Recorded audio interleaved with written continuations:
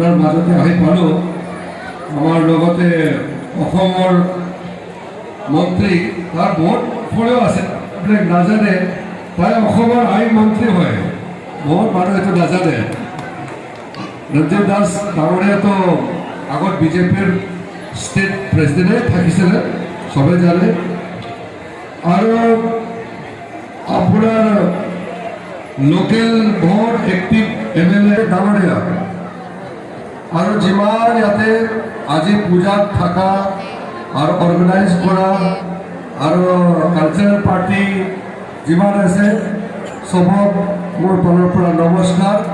মই এনেতো বেছি কথা ক'বলৈতো নাই, কিন্তু এনেকুৱা পূজা সময়তে মেলা সময়তে আহি পোৱাটো মই নিজক বহুত ভাগ্যৱান ভাবি আছোঁ। কাৰণ এতিয়া আমাৰ MLA সাহেবে কৈছে যে আপুনি লাষ্ট ডে 13 দিনৰ এইটো বহুত ডাঙৰ যি আপোনাৰ মেলা চলে, এইটো আজি লাষ্ট দিন আছে কৈছে। আৰু অন্তিম দিনত অহাটো বহুত ভাল হৈছে। আৰু যি মন্দিৰ নিৰ্মাণ কৰি আছে এই ষ্ট্ৰাকচাৰটো মই চাই এনেই মই ইমপ্ৰেছ হৈছে, বহুত ভাল লাগিছে বোলে। আৰু উৰিষ্যাততো মই বহুত মন্দিৰ চাইছোঁ, বহুত ডাঙৰ ডাঙৰ মন্দিৰ, আৰু এইটো চাই মই খুব ভাল লাগিছে। আৰু ৰাজবংশী ৰজা এইটো হেডকোৱাৰ্টাৰ হিচাপতে বহুত ইম্পৰ্টেণ্ট জেগা। তো এইটো এনেকুৱা MLA সাহেব আৰু তাৰ লগৰীয়া আৰু টিম মিলি যি যোগাযোগটো কৰি আছে মন্দিৰ বনাবলৈ, বহুত ভাল লাগিছে। আৰু আমাৰ এক্টিভ MLA থাকিলে এইটো 1 বছৰ 1.5 বছৰত পুৰা কমপ্লিট হৈ যাব।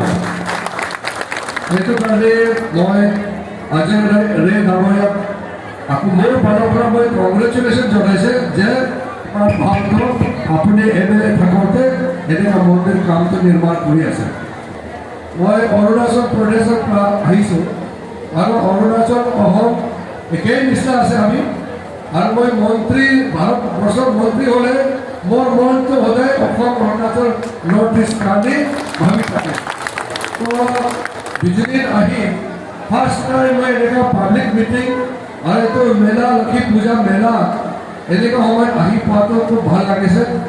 আজি মই বঙাইগাঁৱত মোৰ মিটিং আছে, MLA সাহেব মোক কৈছে যে আজি ইয়াতে প্ৰগ্ৰাম আছে, অলপ সময় কাৰণে আপুনি ৰঞ্জিত কুমাৰ দাস ডাঙৰীয়া আপোনাৰ টিমটো অলপমান সোমাই গ'লে ভাল পাবলৈ সি মোক ব্যক্ত কৰিছে। এইটো কাৰণে মোক ইয়াতে আহিবলৈ সিহঁতৰ মানে মোক ইনভিটেশ্যন কৰাৰ কাৰণে ধন্যবাদ জনাইছোঁ MLA সাহেব।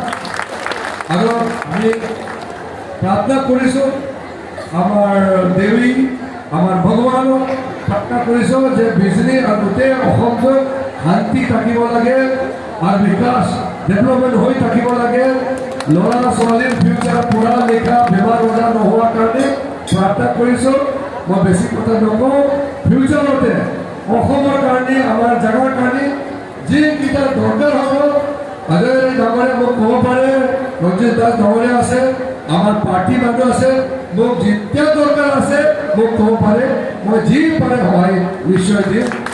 আৰু আমাৰ প্ৰধানমন্ত্ৰী নৰেন্দ্ৰ মোদী ডাঙৰীয়াৰ লগতে কাম কৰি মই নিশ্চয় ক'ব পাৰে যে অসমৰ কাৰণে আমাৰ পূৰ্বোত্তৰ কাৰণে যিকেইটা কাম হ'ব আমি ফেইল হ'বলৈ নিদিম।